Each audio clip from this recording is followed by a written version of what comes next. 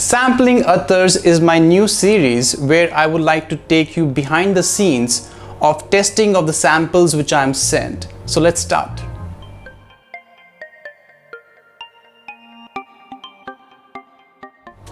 Hey guys, welcome back to my channel Intellectual Sense. My name is Divjot. Now today's video where I'm taking you behind the scenes of the samples which I'm sent. So I have picked 5 random samples from house of Anthony Marmin, and these were samples which were sent to me by UMAR Perfume, who is the official retailer of Anthony Marmin in India.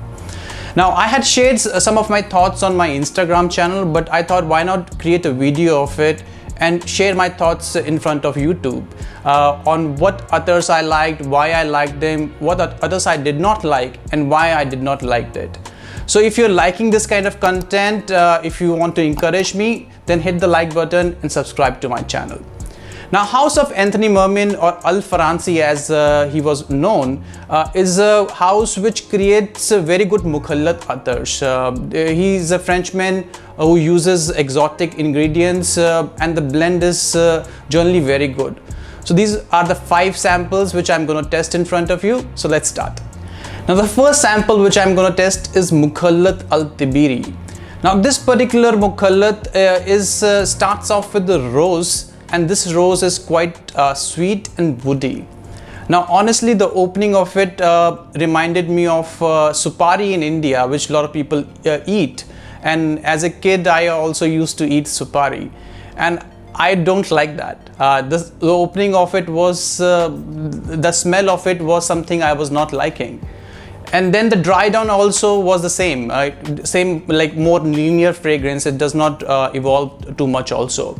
So this particular fragrance or attar did not work out for me. Everything else about this particular attar was fine. It was lasting for 7 hours. It was giving good projection and sillage, but just the smell of it was not something I want to smell like. However, if you are into that kind of smell of supari, you know, that sweet rose with some woody base, then this might be the attar for you. Like I said, it lasted close to 7 hours. It cost around $25 for 3 ml. So if you're into that kind of smell, then go ahead. It is not for me. Now the second attar on this particular list is Sheikh Al Faransi. Now it's named after the founder of this particular house, Anthony Marmin, who was also known as Al Faransi. Now this particular attar starts off with saffron, and saffron is blended with amber.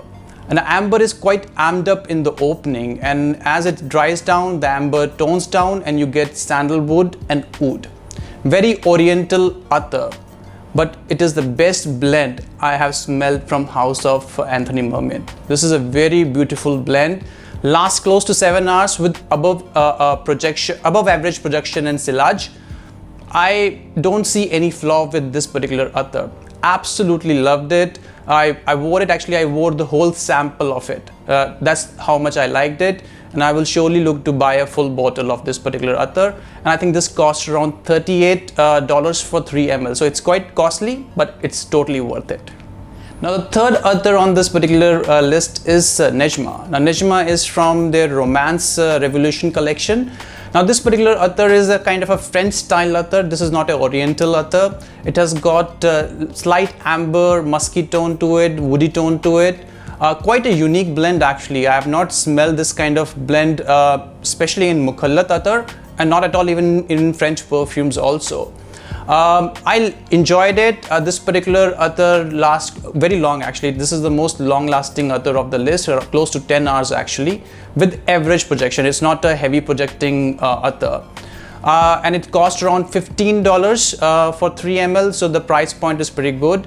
The only thing I will say is that it has some flory aspect to it, where it's although unisex but slightly leaning towards the feminine side. I would like to see my wife wearing this particular attar than myself. So Nedjma, that was a good attar in my opinion. So the next attar on the list is Mexico. Now the opening of this particular attar is quite disgusting, I could say, or choking actually. I almost choked on it. It is kind of a waxy attar, like it has waxy undertone to it. I think they have used white musk, and white musk is generally created out of wax. Totally did not enjoy it, but I kept wearing it because I wanted to test it. The dry down is better actually. The dry down of this particular attar is much better, much more tolerable. But the opening of the first 15-20 minutes was so bad that I had lost hope on this particular attar.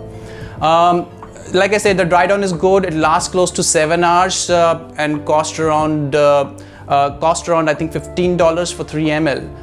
However, my recommendation will be, if you like this kind of attar, I recommend you take your own white musk and layer it with some jasmine or oud, whatever your taste is, and do your own layering rather than wearing this particular attar. I did not enjoy this particular attar. So the last attar on this particular list is Musk Al Andalus. Now this particular attar starts off with fresh rose. The rose here is not jammy but more fresh. It has got slight saffron in it, and it has got some spices in the background also. Quite an enjoyable blend actually, but I prefer this blend because of the rose aspect of it, the fresh rose aspect of it. I prefer it if my wife wears it or some of my female colleagues wear it rather than myself wearing it. Now when it dry downs, you see the touch of suede leather coming into the picture, not the raw Tuscan leather, the suede leather coming into the picture.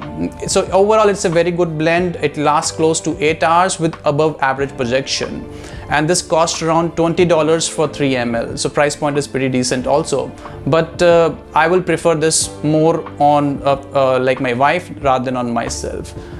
So guys, this is the video. I hope you enjoyed the content which I'm providing to you, and have a wonderful day. Bye bye. Cheers.